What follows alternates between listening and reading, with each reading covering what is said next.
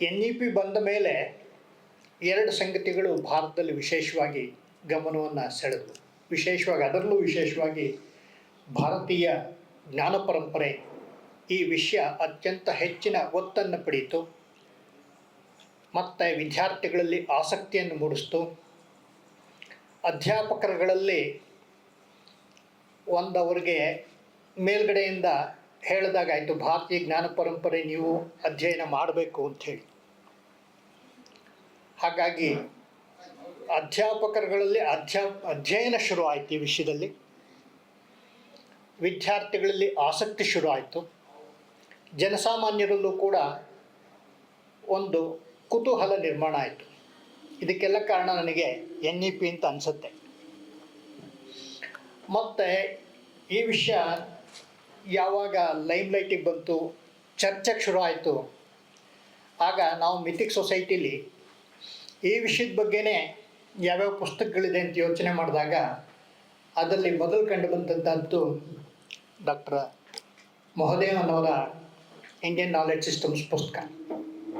ಹಾಗಾಗಿ ಅದರ ಬಗ್ಗೆ ಸಾಕಷ್ಟು ಕಾರ್ಯಕ್ರಮಗಳು ಈಗಾಗಲೇ ಆಗ್ತಾಯಿವೆ. ಮಿಥಿಕ್ ಸೊಸೈಟಿಲೂ ಕೂಡ ಮಾಡಿದ್ದೀವಿ. ಪ್ರೊಫೆಸರ್ ಮಹಾದೇವನ್ ಅವ್ರನ್ನ ಒಂದು ಸರಿ ಕರಿಬೇಕು ಅಂತ ನಾವು ಯೋಚನೆ ಮಾಡಿದ್ವಿ. ಆ ದಿನ ಇವತ್ತು ಕೂಡ ಬಂದಿದೆ. ಇವತ್ತು ಪ್ರೊಫೆಸರ್ ಮಹಾದೇವನ್ ಅವರು ಇವತ್ತು ಆಗಮಿಸಿದ್ದಾರೆ. ಅವರನ್ನು ಸ್ವಾಗತಿಸಿ. As she was saying just a short while ago, one can do 1,000 things on a Sunday. There are a million things to do. So we need to really make a choice to come here. I'm very happy to see many of you here. Before I talk about the Indian knowledge system, this lecture is going to be based on a 450 pages book I have written. You may see it in the library. I happen to see a copy here. I want to tell you, and I must say it only in a place like Mythic Society, this book is written only on the basis of three things. The first thing is archaeological evidence. The second thing is living structures. Temples are living structures. We are not talking about Roman colosseum. We are talking about temples which are living for 1,200 years and so on. And the third source for this is literary evidence. So there is no glorification. There is no need to say Indian knowledge system is great. All that we have attempted is to present what we have found, which is a founding principle of Mythic Society in some ways. The deep interest in archaeology and history and so on. This book is only based on that. Before I start, and I do not know whether an hour is enough to talk about a 450 pages book, but we can just stop wherever we feel like. I think we should just call it off and we can continue. Before I start, I wanted to start with, because we are talking of Bharatiya Jnana Parampara, Rigveda is the most ancient source of knowledge to us. So let me start with this.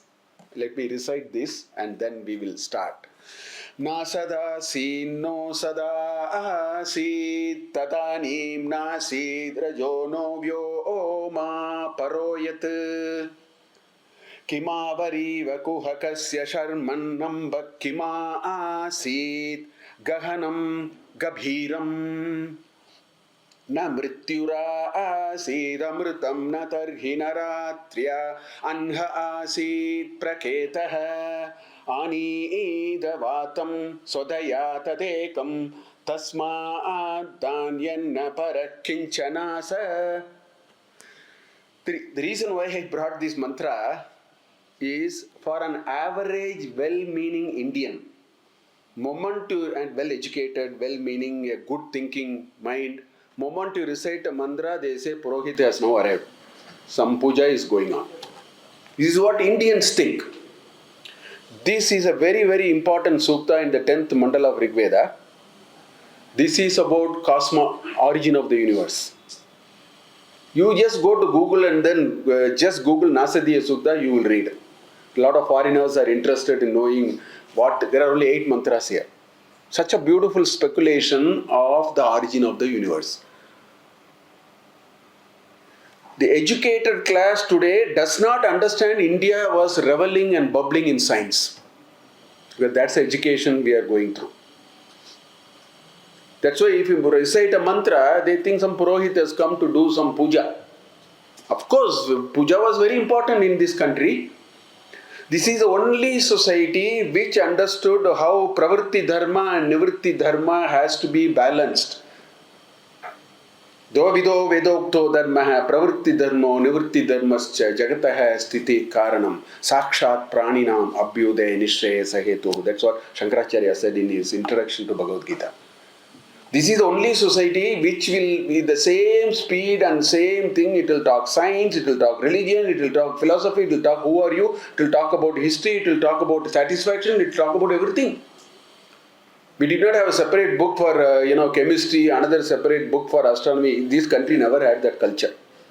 So 10,772 mantras organized in 10 mandalas will give you practically what you want. Who is reading it today?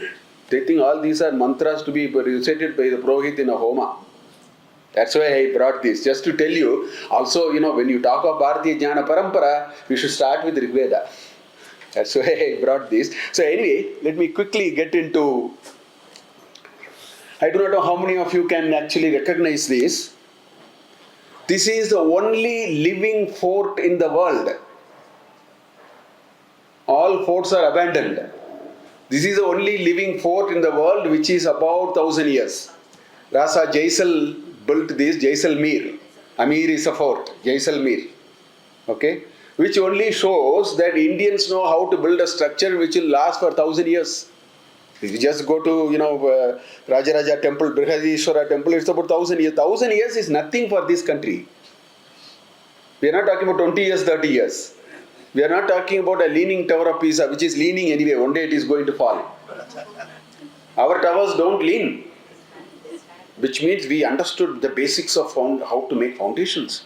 We understood, there are shlokas in Samarangana Sutradhara, in our Mayamatam and all that, where in the soil testing, as an engineering student, I remember when I read the shloka, that's what we were doing. To test the strength of the soil, there is some shloka. You have to do kanana. If you take it and then again fill it, you find out what happens.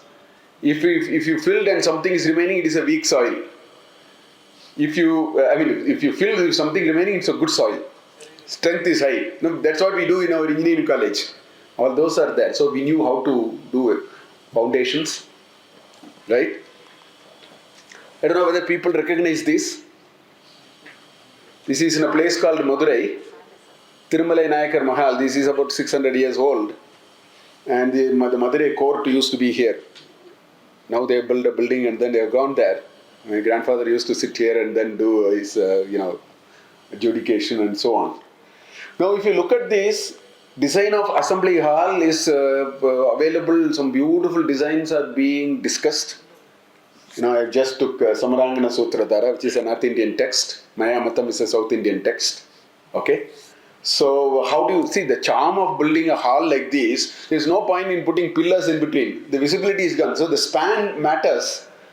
How do you create a civil engineering structure in which the span is very high? Our halls were known for it. So they knew cantilever, they knew what to do, what are the forces, everything they understood. That is a kind of a thing that we are talking about, right?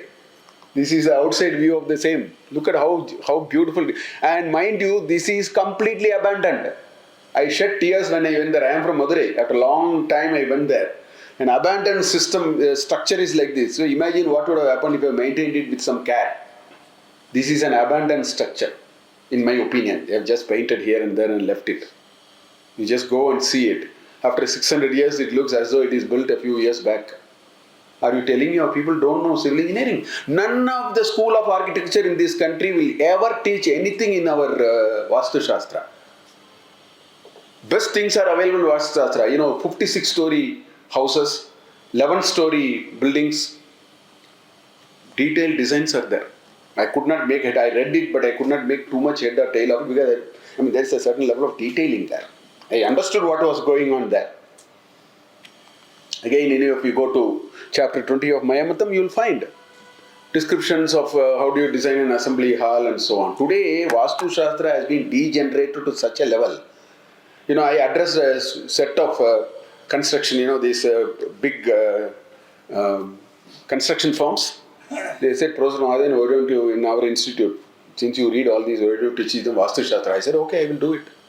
So they all came, very reputed builders. I told them, please tell me what is Vastu Shastra. So one fellow said, if you put the window on the northeast corner, the mother-in-law will die. I said, nowhere it is Vastu Shastra like that. Where did you get it from? It is a misinterpretation. Two things have been completely misinterpreted in this country. One is called Vedanga Jyotisha. That has now completely spun into Palita Jyotisha now.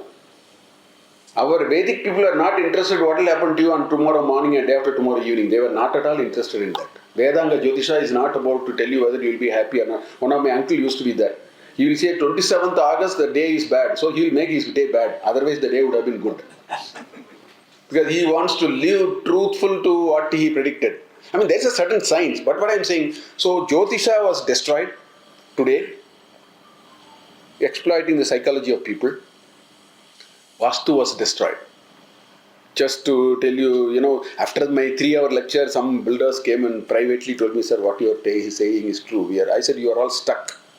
You will never be able to build buildings because people are not going to take your kitchen wherever you put or something like that. You overdid the Vastu thing.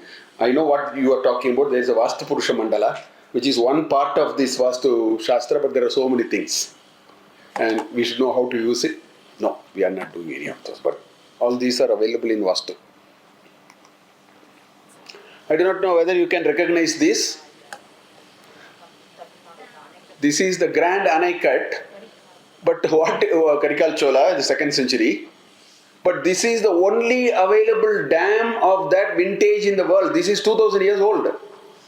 There are only 5 dams of this vintage. 4 of them have perished. This is the only one remaining. And nowadays they just do some painting once in 4-5 years, some blue color, red color, something, ಮಾಡ್ತಾರೆ ಅಷ್ಟೇ. You have to only paint it once in a while, everything else is intact. So they built dams which last for 2000 years. The other 4 are gone. This is the 4th youngest. The 3 elders are gone, the younger also is gone. This is the only one remaining of the 5. That's what I read. Okay? During Sangam period, which is 300 BC to 300 CE, there are a lot of inscriptions, Uttaramerur inscriptions in Kanchipuram district, watershed management, Chola kings, so much are there. We had a very organized system of how do you manage. Today in the city of Bangalore, we have completely destroyed the water management system thanks to the greediness of politicians. I am living here for 35 years. In these 35 years, I have seen how lakes have shrunk. Whereas those people had wonderful systems of watershed management. How do you manage the lakes and so on. Right? Grand Anaikat, world's oldest still in use dam. 4th oldest dam in the world, the other are not there. Constructed by Chola, 1804. In 1804, British raised the height of the dam by 27 inches, and one of my friend from IIT Madras called me when I delivered the talk. He called me and said, Mahadevan, I want to tell you something. There is a Ph.D. thesis submitted in IIT Delhi 2 years back, and what it said was, this was a foolish move. This 27 inches rising was wrong. Because that PhD work says that there is a deliberate design here. Once in 6 years or 7 years, the water will overflow and destroy the downstream, because that is required for long-term sustainability. Today that has been stopped.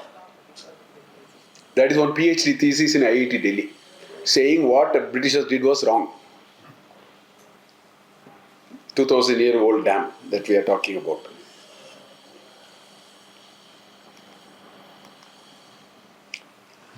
There are temples. In fact, if you want to know the best of Indian science, engineering, technology, aesthetics, you will put a long list. Please go to a temple.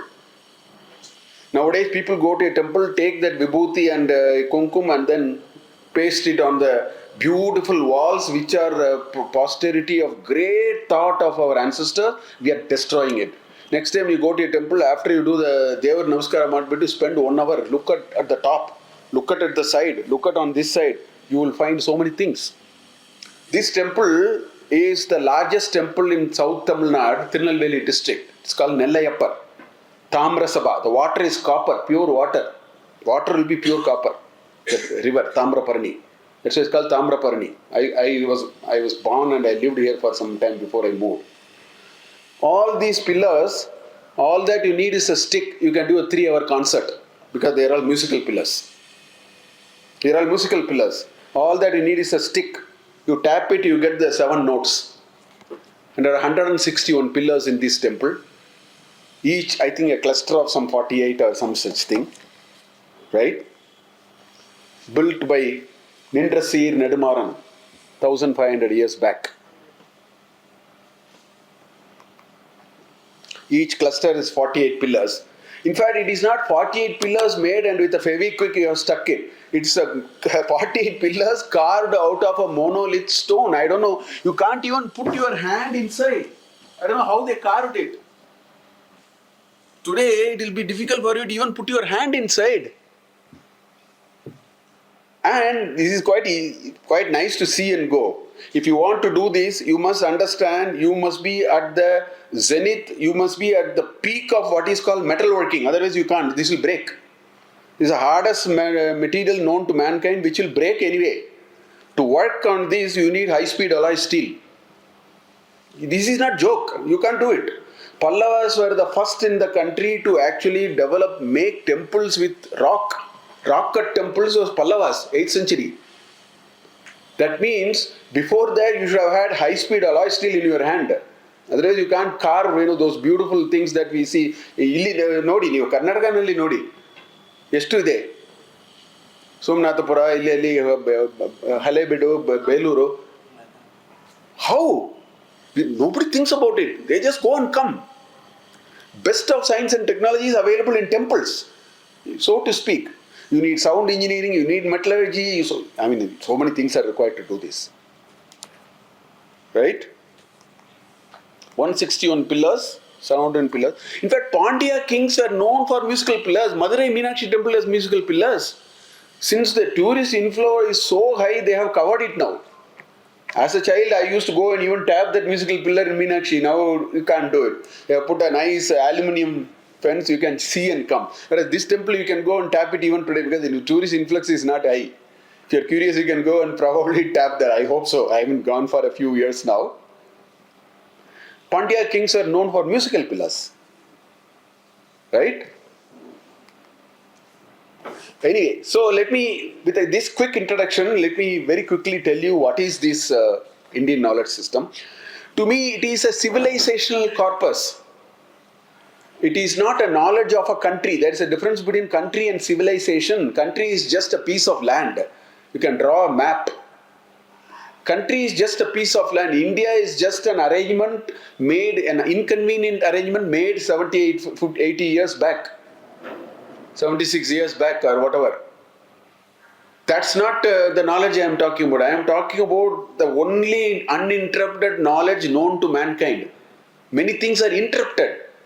Chinese may have still some uninterrupted knowledge. So it is called a civilizational corpus. A civilization has nothing to do with boundaries. A civilization is a group of people with a certain insight which gets improvised, developed, refined. It goes on. It's like a river flowing forever, not a dried up river.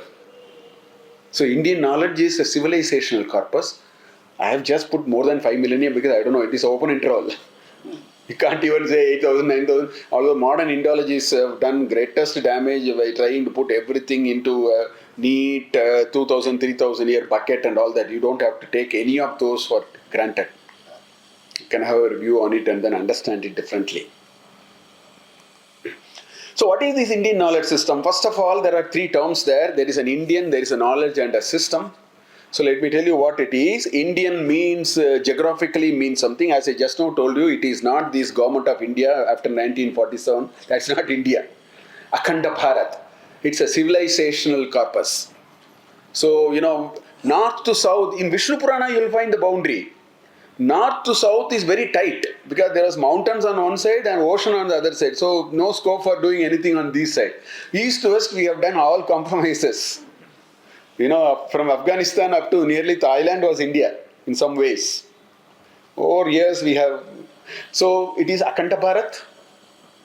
Then the second is the most important thing. I want all of you to understand this. Indian is not because you have a citizenship, you are born here. Lot of people who are born here are not Indians by this definition. And lot of people, Max Muller, etc., in my opinion, they're not Indian. Only those who have, it is like a jamun which is immersed in the sugar juice for so much time. So only those who are deeply immersed in this culture, lived in it, understood it, and then commented they are Indians. That is the whole idea. There is one lady who came in 1920 from University of Chicago. She spent about 15 years in Kolkata. Okay? She wrote a book on Vishnu Dharmottara Purana. Her book on Hindu temples is probably the best book. Stella Kramrish. Yes. She best book on Hindu temples is hers. Because I call her as Indian. Whereas people who visit here, see here, I don't get into the details of their motives and all that. I think that's unimportant for us. All that I'm saying is, that is not Indian.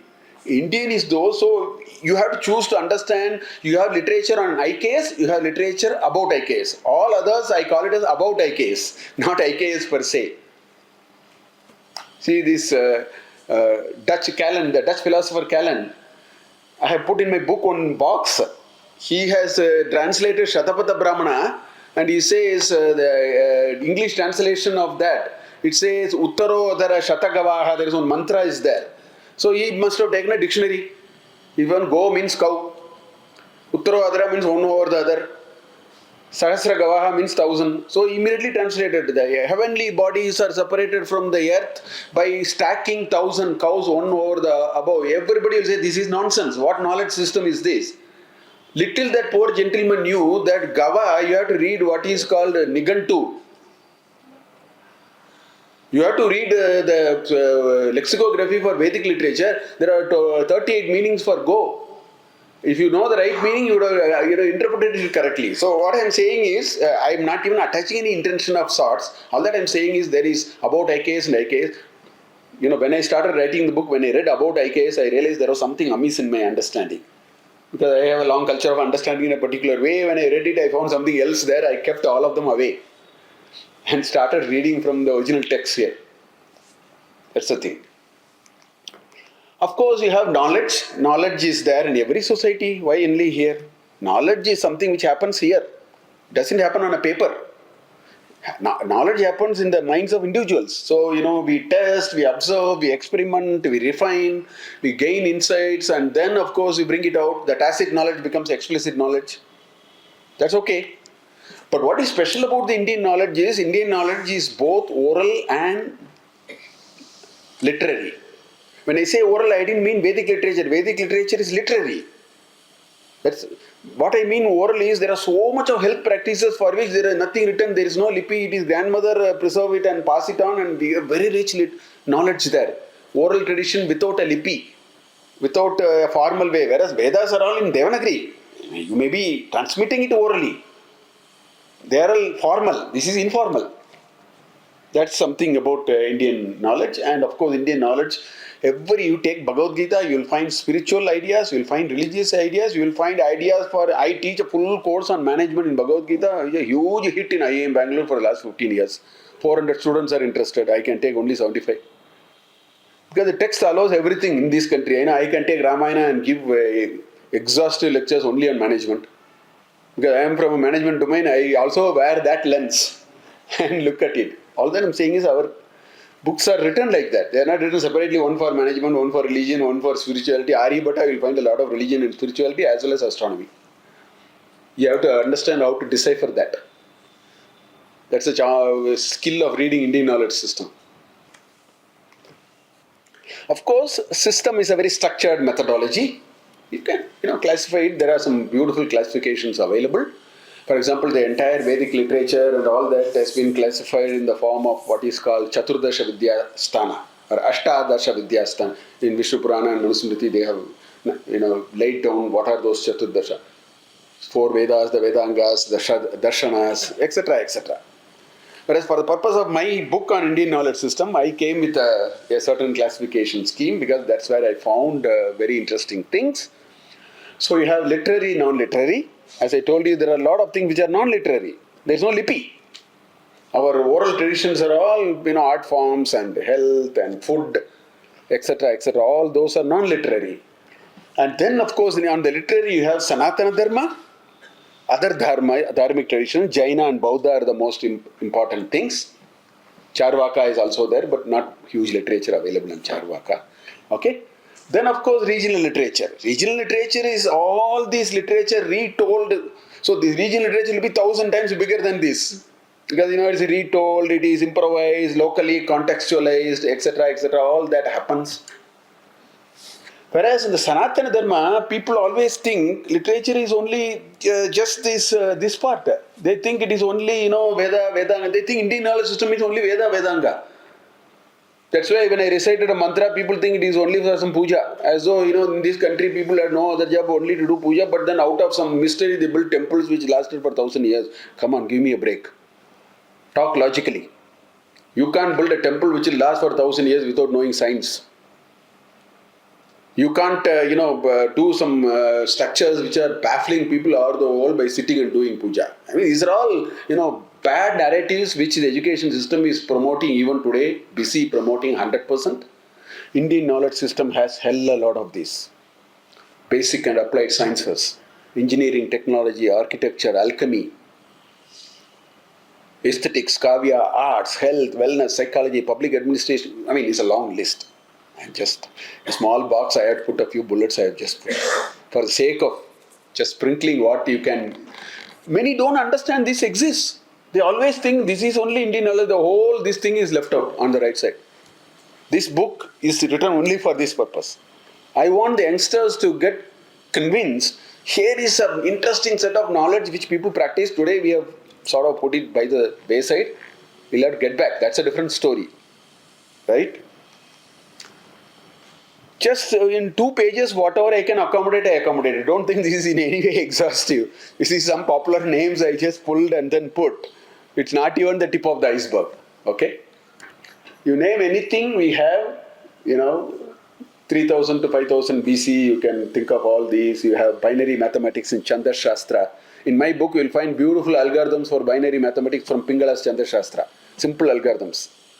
You will find. Because they are all part of Chandra Shastra. All that you have to do is Hrasva is equal to 1, Dirgha is equal to 0. Then Pingala's Chandra Shastra becomes a treatise and binary math. That's what is happening, actually. Anyway, things of that kind. Or if you take what is in the Western world called Dark Ages, 300 CE to 1500 CE or 1600 CE is called Dark Ages. Whereas in India it was already 2000 watts bulb. There is nothing darkness here. Because the best works in mathematics, everything was done only during that time. What is this Dark Ages? So we are all using such terminologies without knowing, where we are. So I refuse to use those terminologies. That's why I use, but I didn't use the same time period to show during the time period when the West called it themselves as an unknown period, what have we done? Sustained work on mathematics and astronomy. Sustained work on architecture. Bhopal is actually Bhojpal. It is not Bhopal. King Rajbhoj built it. He wrote Samarangana Sutra Dhara. That is Bhojpal. Today we call it as Bhopal. He is the author of Maharaja Raja Bhoja. He is the author of Samarangana Sutra Dhara. That's what there are 2-3 Bhojas, but then there is still a bit of a confusion. It doesn't matter. Only historians have to worry about all that, but the facts are not, disappearing. It's only a question of whom should we attach that to and so on. Okay, I will very quickly, in about 15-20 minutes, I will just sprinkle a little bit from a few areas. I will first start with mathematics. Because the greatest contribution this country has done is mathematics, which we don't know.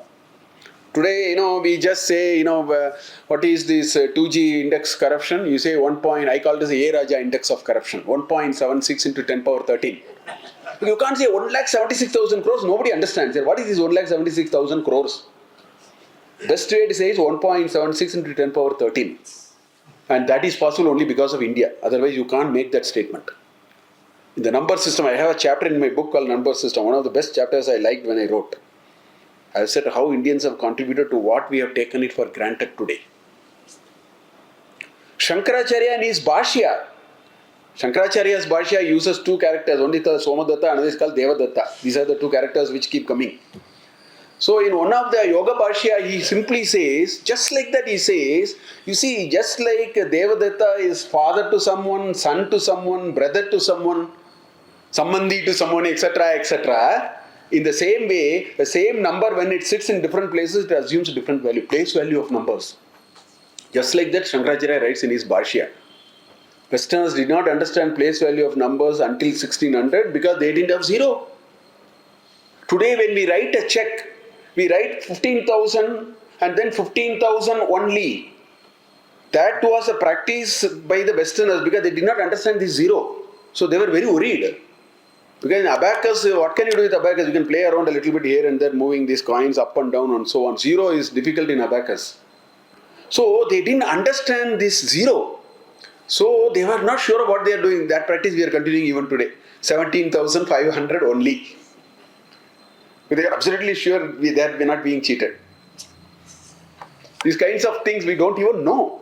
Anyway, coming back, this is the Sena Chiti. There are 77 Chitis in Rigveda. 77 different types of altars in which Homa Yajna is performed.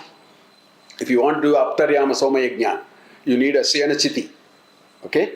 It's a flying falcon. Now you can't make it just like that. You have to use only 200 bricks, not 199 or 201. Exactly 200 bricks. So it took, when I constructed this figure for my book, it took 8 hours for me because I didn't know how to balance. I knew 5 different types of bricks and 200 of them. So it was a jigsaw puzzle which I kept on playing. I hope I am right. Because I had some basic things to look at. So look at here, you have the head, you have the body, you have the left wing, you have the right wing and the tail. This makes a Sena Chiti. And this is the count. These are the shape of the bricks. I have color coded it like that. They use 5 different types of bricks in this many number in each part of this body to get finally this structure. And I actually witnessed, there was an Aptaryama Soma Yajna which happened in 2004. I was invited in a place called Mulangunathakkavu, about 6 kilometers from Thrissur. So I was there 10 days. This Chiti will be built by the day. First layer of brick, second layer of brick, up to 6 layers it will come. It's not one layer. Part of the 10-day ritual, and last 2 days is non-stop, 24 hours, 48 hours. Yajna, Somalata and all that has to be done. I mean, now the question is not about this. The question is, how do you actually construct these shapes? This is the question now. Because this is fairly a manageable shape. You have kurma, you have the chakra. So these are all arc and etc. etc. You know, kurma is a frustum of a cone and a semi-hemisphere, all kinds of shapes you have to imagine. So how did Indians do all these? These are all in what is called Kalpa. So one of the Vedanga. In Kalpa it is available. In Kalpa Sutras you will find how to construct altars. In fact, when I was a Vice Chancellor at Chinmaya Vishwavidyapit, I used to take Bodha and a Kalpa Sutra and teach them how to construct a simple thing. I can't get into details. I will show you one of them. What you see here is circles, but it is an algorithm for constructing a square. You will also see a square here. A square is constructed only with circles. Don't you see a square with a red color I have put in the middle? Right? You may be wondering why. Because Indians, you know what they will do? They will put a stamba and tie a thread to it. If you tie a thread to a stamba, the only shape you can generate is an arc of a circle. Full circle or an arc of a circle. So any shape they will construct. In modern times it is called cyclic geometry. Indians doing cyclic geometry 2003, 5000 years back. Because it is part of Sulba Sutra. Sulba means thread. Sulba Sutra. And when I was searching for it, University of British Columbia is offering an elective called rope geometry. They use Bodha in a Sulba Sutra, Katya in a Sulba Sutra and all that. Whereas our mathematics professors have not learnt and not they will teach. Because you have not learnt. In India, nobody will teach rope geometry. That's a situation. I am just telling you that's a situation. So geometry is a very geomythi. It is called geomythi. Mythi is a limit, right? Trying to reach out some limit. Geomythi. In fact, the sine, cosine, cos, all these went only from here, and there is a derivation of the word, how jya and ardha jya became sine and cosine, there is how it went. All those have been, today books have been written about how trigonometry, trigonomity, triangle, three vertices, trigonomity, that is trigonometry. Actually, geometry. So it is taught with called rope geometry. I saw it British Columbia in Canada. I found an elective in rope geometry. I downloaded some material from there. They are trying to use Katyayana Sulba Sutra and Bodhayana Sulba Sutra. 10 of them are there actually. This is another thing which is a common place for Indians. What you see on the left is called a magic square. Bhadra Ganita, that is a word. Bhadra Ganitam. All rows will add up to, in this case, 34. All columns will add up to 34. The diagonal will also add up to 34. It is called Bhadra Ganitam. What you see on that side is even more complex. That is called Sarvato Bhadra Ganitam. What you should do is, you should not think of it like this. You should think of it like a torus. So now there are many diagonals now. Look at after 13, 16 and 4, the next number will be 1. It will come on that side. Na? You just imagine. Imagine it like a cylinder. If it is a cylinder, the number after 13, 16, 4 is 1. That will also add up to 34 now. Look at the green number. After 11, 7 and 6, now you are not folding vertically, you are folding horizontally now. If you fold it horizontally, the next number will be 10 on that side. That will also add up to 34. So this is called pan-diagonal magic square. There are so many diagonals now. There is no one, just 2 diagonals. There are so many diagonals now. These algorithms have been written and solved from 2000 years. Actually. And one Narayana Pandita in, I think, 1399 or 1400, he wrote an algorithm. This is a special property. There are 4 by 4, 16 gaps. And the first 16 natural numbers 1 to 16 are packed here. First 16 natural numbers 1 to 16 are to be packed here. Question is, how do you pack it? And for a magic sum of 34. And Narayana Pandita gave a Turaga Gati, one algorithm, like a horse going. And he said 383 solutions are possible. Whereas in 1920, one professor, they have been studying it for 200 years. In 1920, finally, one professor in America said only 8 are possible. In 1928, another professor said 383 are possible. Which he said about 520 years back. Narayana Pandita, Kerala School of Math. I am told in North India, just on the wall, they will actually draw and scratch these magic squares. Number magic 70 means vivaha agate, 90 andre enneno agate. So for different reasons they draw a magic square. It's a sign of something. So it's a play. It's a simple play. It's a complex algorithm. Algorithms are available from 1st century BC on how to construct magic squares and pan-diagonal magic squares and so on. Indians are very good in it. Laplace said that in the Indian epoch of 3100 years before Christ, today, who said today is a Sunday? How do you know today is a Sunday? We are all indebted to Aryabhatta. Aryabhatta said 3102 BC. 19th February was a Saturday. That is the start of Kali Yuga. And he said that's a Saturday. And then in the Indian Panchanga, there is something called Ahargana. You have to count the days from that. Only then, how do you know today is a Sunday? Please tell me. Somewhere you have to start. Then you can take modulus 7. Modulus 7, remainder 1 means, because Saturday we started, remainder 1 means Sunday. Remainder 2 is Monday, etc., etc. He did it. That's why he is also quoting that date and all that. Laplace. Little bit on math. I will touch a little bit on metals and alloys and then I will leave it at that. Everybody knows this, that's why I brought it. This iron pillar, this fellow is simply refusing to rest. Lying on the open sky, not in a bank locker. It's lying on the open sky. And it was somewhere in Bhuvanagiri or somewhere Mahendragiri or somewhere near Orissa, then 3rd century BC, AD. Then that was knocked off by this one of these king, and then put it, Shah or somebody, and then in the 11th century they took it to where it is now today, Qutub Minar. one of those invading kings only pulled it and put it there. Doesn't rust, right? But then one person told me, sir, this is in the middle of the country. I said, come with me to Kollur. I'll show you an iron pillar which is just 40 kilometers from Arabian Sea. That is also not rusting. ಇಲ್ಲೆಲ್ಲ ನಮ್ಮ ದೇವಸ್ಥಾನದಲ್ಲಿ iron pillar ಕೆಲವು ಇದೆ, ಹೋಗಿ ನೋಡಿ. ಕೊಲ್ಲೂರು ಹೋಗ್ತೀರಂದರೆ ಹೋಗಿ ನೋಡಿ. There is an iron pillar there. Okay? So there are iron pillars in several places. On the seashore, Konark Temple, Bhubaneswar, so many iron beams are there. You know what this is telling? This is telling Indians were top-notch metallurgists. See, in the entire iron, in metallurgy, the in thing is what is called ferrous carbon alloy, which is called steel. What proportion of iron and carbon you have to mix is a big thing even today.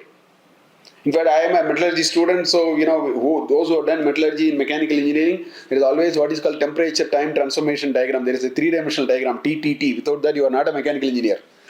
Because it really tells at different temperature, at different time, what happens to the metal.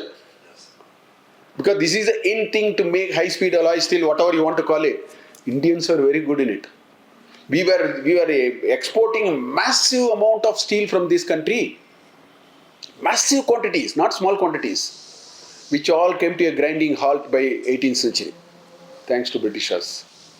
All came to a grinding halt. They put a production tax, they put a mining tax and killed the sector. You can't. Because they want to bring some lousy thing and sell it to you. And that's why they built a railway system. Don't think they did anything for us. Why was Kharagpur having the best railway system? You have to extract all the coal and every mineral from there and take it out. Why would I build a railway system in Kharagpur? Out of the blue. So Britishers developed a railway system here to extract minerals and things from here, take it out, bring it as value added and create famines and make us poor in the last 200 years. We were never poor. We are never poor, but you can be made poor in no time here. Who said you can't be made poor? I can rip you off in no time. We are pushed to a situation which we are not. Which country can afford take your own raw material, value add it, bring it and sell it at 20 times and then you'll have only Bengal famines. What else will you have? Because you have no money. These are all artificially made. We want to understand history properly. This is in PS2 movie also, there is a seal given to this fellow to go here and there and so on. Seals are very common. I showed it to one metallurgist. He said, sir, you need everything to do it. First, you should know there is something called gold. You should know it is available somewhere beneath the earth.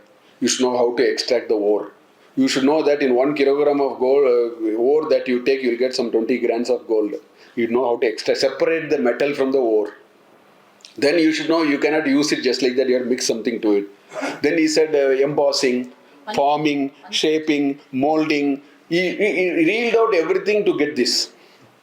I mean, it may look very nice now. Or for that this ornament which is 2nd century BC. I mean, it requires intricate tooling to do this. In addition to metals. We have taken everything for granted. Nobody thinks about all this. And Britishers come and say, you are all useless fellows, you don't know anything, I will teach you. We say, okay, we will learn from you. This is what we are going through, na? We don't know the Hanuman in us. We have thrown everything at the backyard. Just going like this.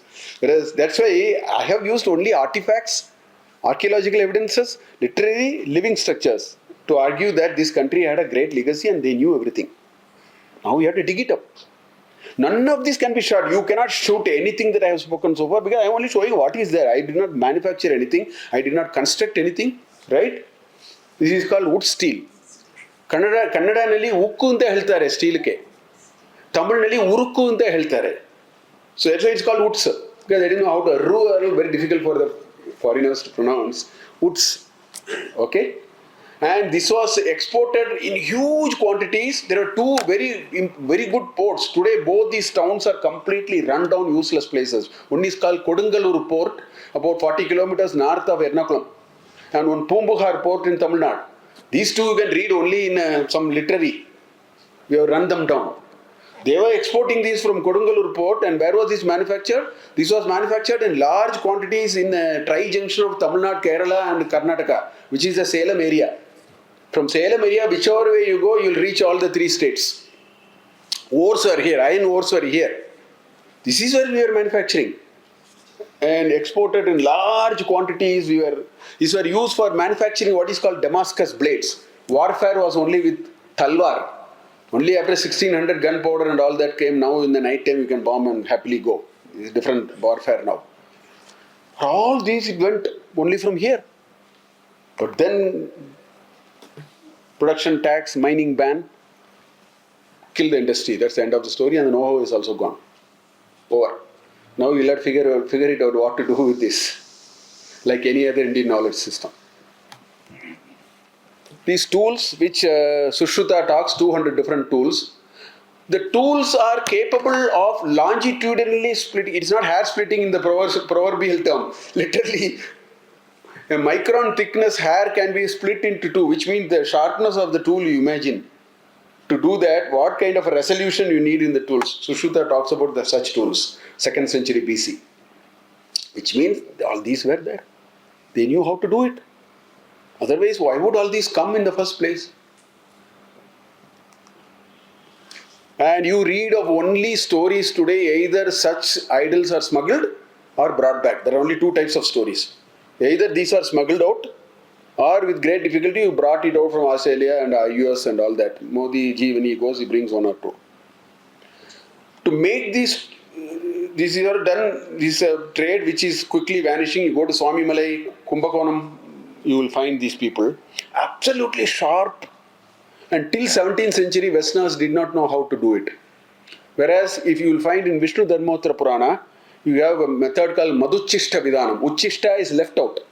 Madhu Uchishta, which is the beehives. The beehives are melted and they are used for making the mold, so that the molds are very sharp. That French found in 1700. They call it as last wax casting of idols. There is one term for it. Pierre Cardin, some French term is there. Okay? Whereas we were doing it. Not only that, today, you can't put, sambar powder and tamarind and all that. Sambar never comes with constituents. You are putting 5 metals together and make a beautiful idol. Simple cooking also you can't do. It is not simply, if you know all the ingredients, nothing comes out of it. That's why there is a very famous book in my mother tongue Tamil. It is called Samaithu Par. Don't eat. Par andre nodu. Ni adige maadi nodu. That's beautifully titled because that lady, very elderly lady, millions and millions copies sold. In Tamil Nadu, when somebody gets married in a Brahmin family, the first thing they give is 3 volumes of that book. It has everything. But it is titled Samaithu Par. Hadige Madi Nodi. Uta agata allo gottilla. Uta madake agata allo adu bere vishaya. Why I am saying even that is so difficult. You put 5 metals together and make a khichdi out of it, and beautifully you cast Panchalo. You have taken everything for granted. Metallurgy was very good. India knew how to extract zinc. Rest of the world did not know.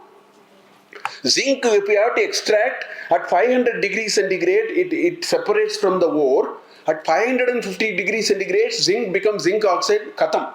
So you have to now draw it between 500 and 550. Indians knew it. In 11th century AD, our production of zinc was industrial grade, millions of tons. Whereas only in 16th century, Westerners knew how to extract zinc. So I can go on like this.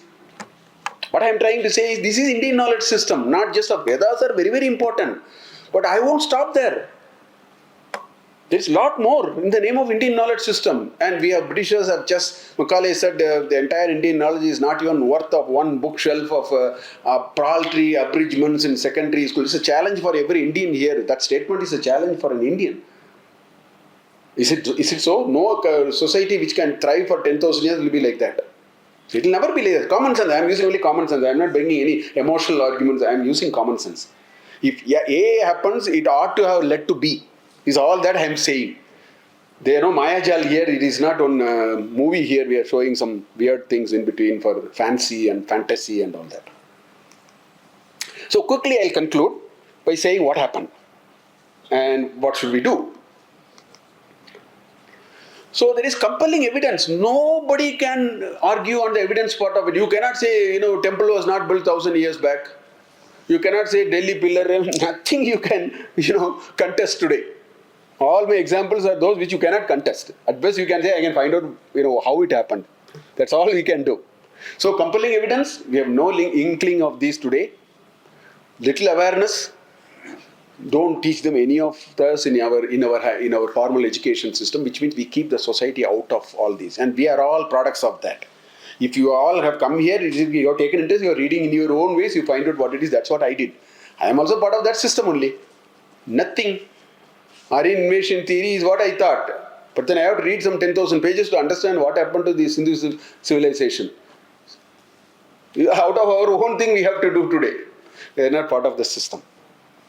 And we have branded whatever little is existing today. Not we, this is a Britishers terminology. They have called it as Adivasi. Adivasis are our ancestors. That's the meaning of the word Adivasi. No? What Adivasi means? People who have lived here for thousands of years. So they have marginalized all of them, put them some 15% quota, 7.5% quota, and done. And you fight over it, after independence with full force. We are fighting on that mechanisms. Marginalize them, put them as folk practices. That's where Indian knowledge lives. We have to all go there and then pull it out from there, if at all. There are still semblances of them remaining. And why did we lose all of them? Because everything was oral. See, my biggest, in a way I would say, disappointment was I wrote about shipbuilding. I read about shipbuilding, Yukti Kalpataru. I read it in a few Tamil couple, something there I read. But where I ended was, there is so much of details on different types of seafaring, river-faring ships, dimensions and all that. Nowhere a mention of how to make a ship. But there are enough references, Indian ships were fantastic. That also I read. So what is the missing piece? How to make it. The process is not available today because it is an oral tradition. And how do you remove the oral tradition? Very simple. Now what are we doing today? We are telling every young boy in this country, whatever you study, you have to sit in front of a computer and collect your salary. Infosys, TCS, 10,000, 20,000 people a day, everybody is happy, economically growing and all that stuff. You de-skill the society. All that you need to do is ASDFGF, semicolon, LKJJ. If you know how to do it better, less errors. The same way, Britishers, what did they do? They said in 1870, if you read Indian knowledge system, you will starve and die. Nobody wants it. Vivekananda said, put food to your mouth and then let's talk about spirituality later. Have food first. So it required only 40 years. We don't need to. One generation is all that need. If the government says, no job for you, you come here, I'll give you a job. Obviously, we'll of us will go there. Out of interest, some of our ancestors have still protected a little bit. That's why we are talking today. So we have, Britishers have thrown it on the ditch, onto the drain. Do you want to be eternally like that? Let's ask that question today. Do you want to be like that, or you want to change the question? We can ask. We need nobody's permission for that. So that was responsible for all these. They said if you do all these, you don't get salary. You come here, I'll give you salary. You beat your own people, I'll give you salary. Jali and Wallabag.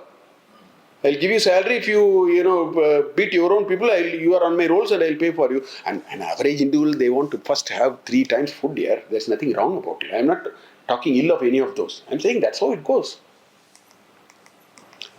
So, 800 years, 700 years on a foreign rule, what can you expect? Because people in power decide what to do. Even today, that's what we are seeing.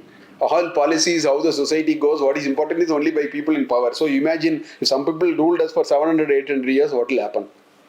You read Meenakshi Jain's book on last temples and all that, you'll understand how temples were destroyed and all that stuff.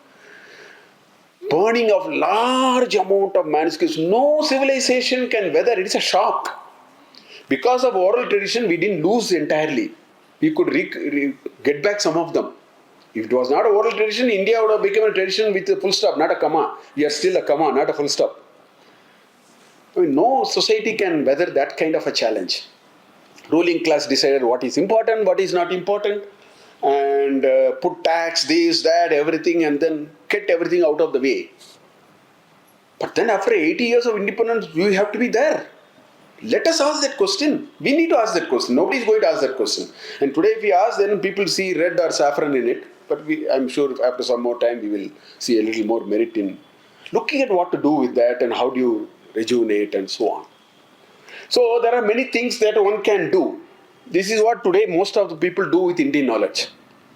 Easiest thing is to abandon. This is what many of us are doing. We just abandon them. Easier. Something is there, some salary is there. You can go to a mall, buy something, and that's the end of the story. Sunday, shop, drop till you drop. Shop till you drop. ಅಲ್ಲೇ ಊಟ ವ್ಯವಸ್ಥೆ ಇದೆ, movie ಇದೆ, ಎಲ್ಲ ಇದೆ. ಬೆಳಿಗ್ಗೆ ಹೋಗ್ಬಿಟ್ಟು ಸಾಯಂಕಾಲ ಅದು ಕ್ಷೇತ್ರಾಡನ ಥರ ಹೋಗ್ಬಿಟ್ಟು ಬರಬೇಕು ಅಷ್ಟೇ. And we are living that style. I'm just saying that's Fortunately, I had, even before all that started, I have moved out of that style anyway. Or you can, another thing people do is keep it in a puja room and worship. I am requesting people, open Gita and read here, put one book in the puja room, but keep one more. Gita is a great, I have been inspired by Gita for the last 40 years in my life. Every minute I do is informed by Gita. Whether it is religion, whether it is spirituality, whether it is my workplace, whether it is my profession, I am informed by Gita. Why are we not reading it? None of the parents are telling their children, teaching them Gita. Whereas a Christian teaches them the Bible, Muslim teaches them the Quran, and in this country everything is democratic, including this. We put it in puja room and worship. Or there are people who take positions without knowing what it is. Out of anxiety, they do mere glorification. I am not for glorification. It doesn't need any helping hand of that kind. They are eminently very good. You need to bring it as it is. Rest it will do. People are saying, oh, there's a string theory in Gita. One person told me. I said, where is it? He said, Matta parataram na kinchidasti dhanaje mayi sarvamitam protam sutre manigana iva. Just because there is a word sutra, they said string theory is there in Gita. This is nonsense. String theory is complex math. A lot of probability. We should overdo. A lot of people are overdoing. Or they go to the rooftop and say, Gita is all violence. I asked my colleagues, some of my colleagues in IIM say that Gita is all violence. I asked them, do you know Sanskrit? No. Have you read Gita? No. Why in the hell you are? I said, I won't discuss with you. I'm sorry. I don't want an anesthetist doctor to discuss with me. I am only a professor of management here. It's utter nonsense for an anesthetist to talk to me about anesthesia. So I tell them, I won't discuss with you. Sorry. You are not competent. Go and read Gita. Come, let us talk. People go to the rooftop and talk everything about Gita. They don't know anything about Gita. This is another variety. And glorifying the past, etc., etc. Whereas what I think we need to do is get to know it first. I think I'll stop here. Quickly, I will, since I called it as, I will skip all these. This is the book which is available here. I saw a copy here. What I have given you is a mini trailer of that book. In that book, there are 14 chapters in which I have talked about science, engineering, number system, etc. Everything, all that I have done. I titled this talk as Treasure in the Wooden Box. So I need to say, why did I title it as a Treasure in the Wooden Box? So let me just stop here. There was a temple, and as we know, there are people sitting in front of a temple, beggars asking for alms and so on. There was one beggar sitting on a wooden dabba. He was sitting on the top of it and asking for alms. When sannyasi was about to enter into the temple, so he asked for alms. Sannyasi said, I am also supposed to beg and eat only because that is my dharma. So I am unable to, I don't think I can give you anything. But I want to tell you something. You are sitting on that box, why don't you open and see what is inside? So this beggar said, no sir, I am a 5th generation beggar. My great-grandfather sat on the same dabba. My grandfather sat, my father sat. I am sitting, my son is ready. In a few years, he will also, I am training him. So what is there to see? So the sannyasi said, fine. All that I want to tell you one thing. Whether you sit on the top of the box for 1 hour or 1 million hours, you don't know what is inside. Then he went away. He went into the temple. So ho gaya. After 2-3 days, this last sentence was, this beggar thought maybe there is some sense in what the sannyasi said. So out of curiosity, he took a stone. There was a lock. He broke open the lock. He opened and saw the box was full of gold and diamond on which he was sitting and begging. So I leave this story to you. I wanted to make sense of what this story is. Thank you for this opportunity to share my thoughts with you. Nice. On behalf of the Vedic Society, I thank Professor Mahadevan for his enlightenment talk. Thank you very much, sir. Professor B Mahadevan, Vice President of the Vedic Society, for presiding over this function. Thank you very much. I also thank all the enlightened participants also who have come from different parts of Bangalore and have taken a lot of interest in listening to the enlightened talk of Professor Mahadevan. Thank you one and all. Namaste.